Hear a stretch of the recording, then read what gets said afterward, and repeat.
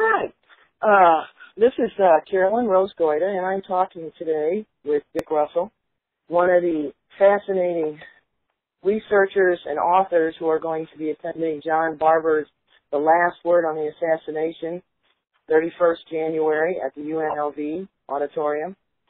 Dick, we talked just a few minutes ago, and I do want the people to know that you are an incredible man. You are also an incredible environmentalist. You've got incredible books on whales. You're in the middle of writing a book, I believe, on your son, too, which I'm really anxious to see that. I think a lot of people need to know how families deal with issues within their family. And your work on the JFK, and not to mention the books also with Jesse Ventura, I don't know, you're like a Renaissance man. So I am very honored to be speaking to you right now. And we're just going to do a little bit. Yeah, and this is a little information, folks, because I want you to listen to what they all say on the 31st. But go ahead, Dick. It is just a pleasure to speak with you. Thank you. Good to be with you today. And, I'm looking forward to the event on the 31st in Las Vegas. John Barbour has been, he's got a long history in Hollywood and also a long history in terms of Jim Garrison and the Kennedy assassination. He's the man who did the documentary, the really outstanding documentary on the former New Orleans DA, who was the first to really question, in a big way, the findings of the Warren Commission, and he was onto some big stuff in New Orleans with David Ferry, anti-Castro activist and guy with ties to the CIA and the mob, who was going to be called in by Garrison when he suddenly died under mysterious circumstances in 1967. At any rate, John Barbour has done just an amazing documentary that's going to be shown at the UNLV auditorium at the same time that myself and Joan Mellon and Jim Mars, all pretty prominent researchers on the Kennedy assassination and writers, will be on a panel, and we'll be talking about the film and taking questions from the audience. And so it's going to be an exciting night, and I'm very much looking forward to it. Oh, I agree. I think that was a perfect synopsis, too. I think Joan is incredible. A lot of people overlook. She actually got the wonderful pleasure of meeting Jim Garrison and sitting down with him in her book, On the Trail of the Assassins, just is incredible, or the justice to try to get the facts out, because Garrison was destroyed by, the CIA, the Justice Department. They refused to investigate. He was stonewalled. They continued to give him false information. And you mentioned witnesses started dropping like flies. I think that is something that's been consistent in the JFK coup, that so many people, I know you did a wonderful interview with Ventura, where you guys were mentioning that, where it seems like every time you get a hold of someone, they disappear, or they die, or whatever. I know you mentioned a wonderful guy, Nagel. I mean, if he's still alive, the fact that he even had himself arrested, went in and did a bank robbery to make sure he was somewhere else that day. So he didn't get tied into the being a patsy. Yeah, and he's no longer alive. He died of an alleged heart attack in 1995, the very day that a subpoena arrived in his mailbox from the Assassination Records Review Board, trying to find the information that he had and make it finally public. So there have been many people who've died under mysterious circumstances, and Garrison I interviewed twice back in 1975 and 76 in New Orleans, and I found him a tragic figure, really. I mean, somebody who, as you say, was haunted by what he could have done had he not been obstructed by the CIA and the Justice Department and others in the late 1960s, and infiltrated too his staff. I mean, he had agents becoming part of his staff and compromising his investigation any way they could. But his story is one of courage in the face of terrible odds. I mean, coming up against, the official government line then and now that the Warren Commission put out, that there was one lone nut assassin, Lee Harvey Oswald, who did this, and Garrison was willing to take him on, and he paid a big price for it. And his story deserves to be told, and John Barbour's done it in a mesmerizing way. Yeah, John, I think the JFK, the Garrison tapes, it's been overlooked by a lot of people. You don't hear people mention it, and unfortunately Oliver Stone doesn't give him a lot of credit. I know he used Jim Mars' book Crossfires for a lot of his information. Plus, Oliver Stone did have his own research staff that went out and basically tried to verify as much as they could. Though I do wish they would have been able to use more of what John Barbour, because John Barbour's got, more and more tapes. So I'm begging, we try to get the documentary 2 and 3 out, because there's still information that he has that, he wasn't able to put in that first wonderful documentary that is going to be shown on the 31st for everyone to see.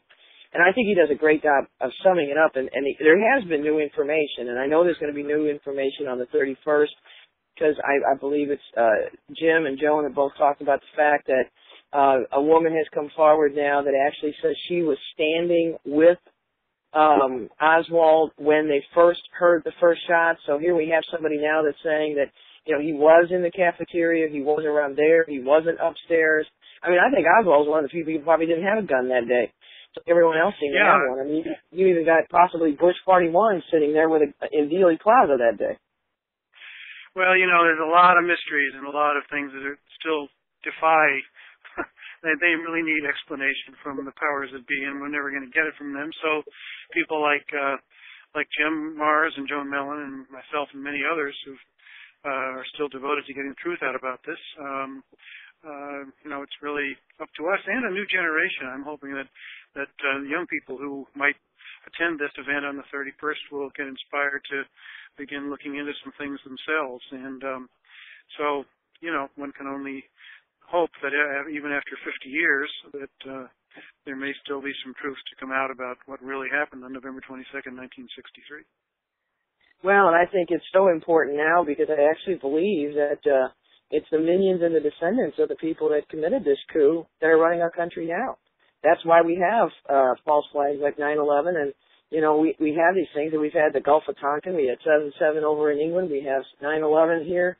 And they pulled out the Unpatriot Act that had been sitting on the shelf ready to go after 9/11. And there's so many questions, and that's already been 10 years. And here we invade Iraq. Afghanistan. The women are worse off now than they were before. But it's all about minerals, antiquity, gas, and oil pipelines. But it's profits for a few, and huge profits. For not just the petroleum, but the MIC industry. I actually worked in the military-industrial complex. I saw so much of this. It's shocking. And that's why I think, like you said, this is so important. I was 5 when it happened, and it was one of the only 3 times I saw my father cry. He actually ran in and met JFK one time on his truck route, and my mother was in tears. I remember her holding me, rocking. Any of us who were alive when it happened could tell everybody where they were. It was shocking. Nobody will ever forget it, and sure. Out of curiosity, where were you that day? Do you remember?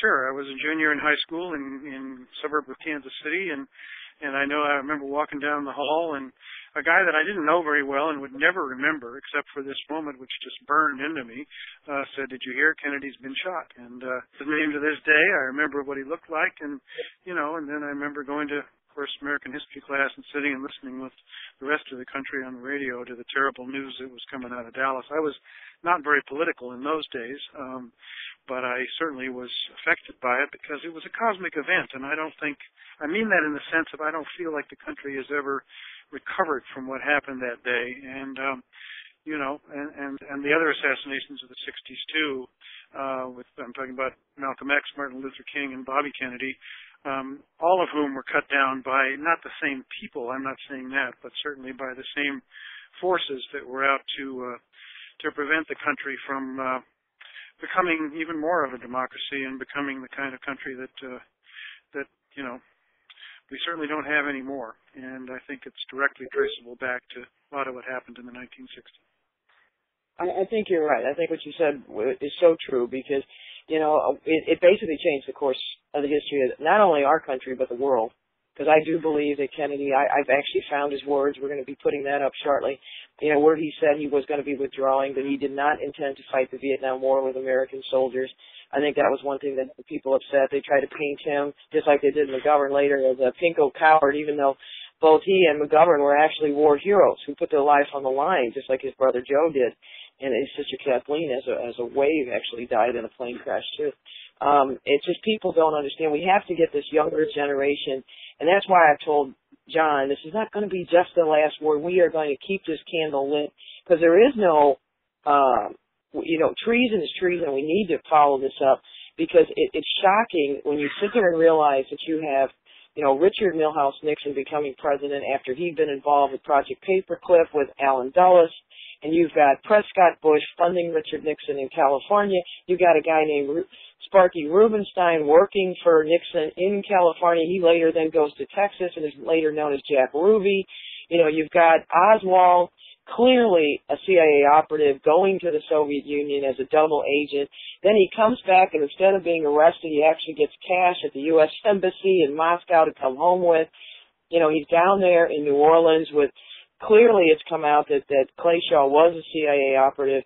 You've got Ferry, who was also involved. You get tied in with, if anybody's ever read Me and Lee, the book with Judith Baker, but then the wonderful book with Ed Haslam about Dr. Mary's monkey.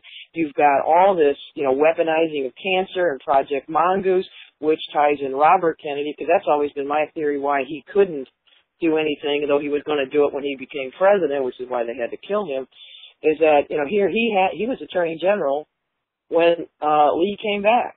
So he had to approve them not arresting him. And here he is, Robert Kennedy, working on Project Mongoose, which is involving all the guys in New Orleans. So they knew what they were doing, choosing, there were 3 or 4 other patsies they had available, but Oswald was the best patsy because it tied up Robert Kennedy's hands.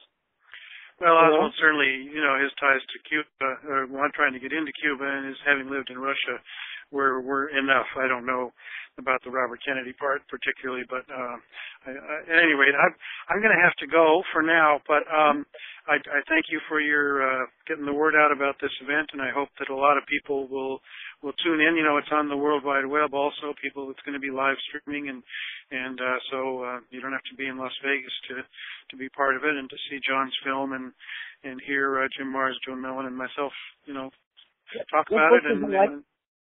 What books would you like to remind people? Because you've got so many, and I'd love sometime to talk to you about the book you're working on about raising your son, and sometime about the environmental. People really need you. Are a Renaissance man, so I think you also are one of the people like John Barbour and Joan that have been overlooked in all this, and I'm so proud that he got you involved with this. John is just such an awesome man. I just think the world of him.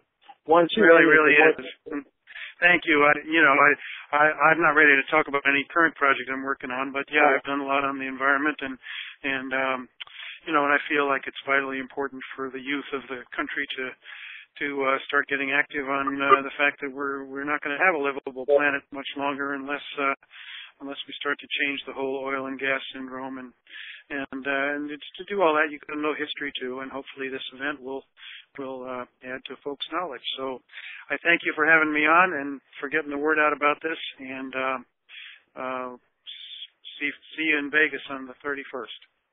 Thank you. And folks, I'll give you all the list in a little bit about The Man Who Knew Too Much, The Eye of the Whale, and I will give you all the list of his books.